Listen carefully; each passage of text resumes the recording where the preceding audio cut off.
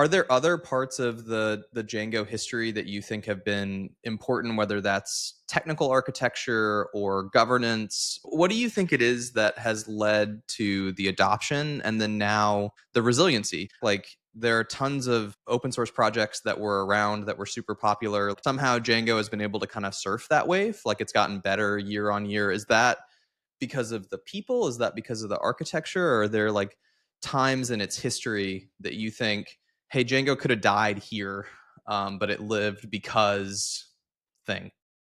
So I actually gave a talk on this kind of subject at the last Django Con. We should link to it, but it's the early history. But Yeah. the highlights there are it's mostly the people, right? The original kind of core team are awesome technologists, but first, they're awesomely nice people.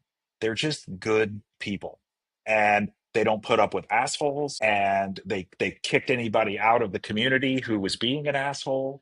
Um, that was a big part. It was very welcoming, and yes, please come contribute, help. Thank you. Like that stuff goes a long way, and people overlook it sometimes. But I think a couple of key non really technical decisions, or not really hardcore technical decisions, but the Django admin was a big leverage point that you could build an app and you didn't have to build an admin interface, right? At least day one, right? So that was a big win for Django and efficiency across the board. Um, Django has always had a focus on good documentation, which is another spot where I see a lot of open source. There are so many projects I try out, and I'm like, this looks really cool, but I'm getting this error, and 45 minutes later, and I can't solve it, and so I move on, and maybe I come back in 6 months and try it again, but more than likely I've forgotten about it. And so the fact that there was amazing docs from day one, um, and a little bit of a focus on design.